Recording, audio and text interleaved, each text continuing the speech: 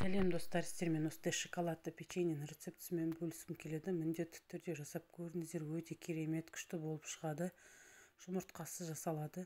Бізге бөлме температурасындағы тұрған 125 грамм сары май, я болмаса маргарин алсаңыздар да болады. Мен мына жерде шекерді аз салдым. Негізі 100 грамм сахарный пудра, я болмаса шекер салсаңыздар да болады. Мен аздау салдым. Молдау болғаны жақсы, 100 грамм саласыздар. 125 грамм алдын ала електен өткізілген ұнымыз салып, какаоымызды бірге саласыздар. Какао 20 грамм. Осылай жақсылап біркелкі масса болғанша араластырасыздар.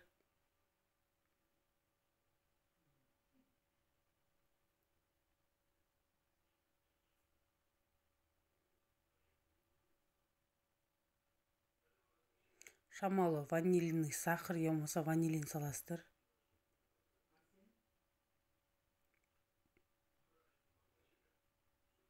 Осылай қолымызбен елеп аламыз.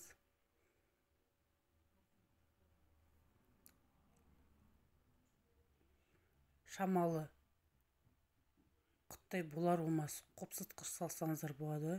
3 граммдай жарайды. Бізде жабысқақ тау болды. Шамалы ұн саласыздар да араластырасыздар. Құттай саласыздар, көп салып жүрмеңіздер. Тағы да осылай елеп аламыз.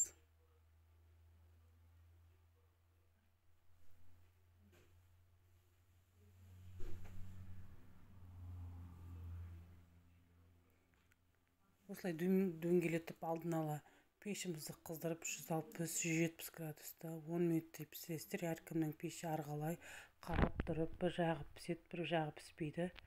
Ауыстырып тұрасыздар. Пешімізге салып жатырмыз. Міндетті түрде жасап көріңіздер. Менің каналыма тіркеліп, жақындарыңызбен, достарыңызбен бөлісуді ұмытпаңыздар.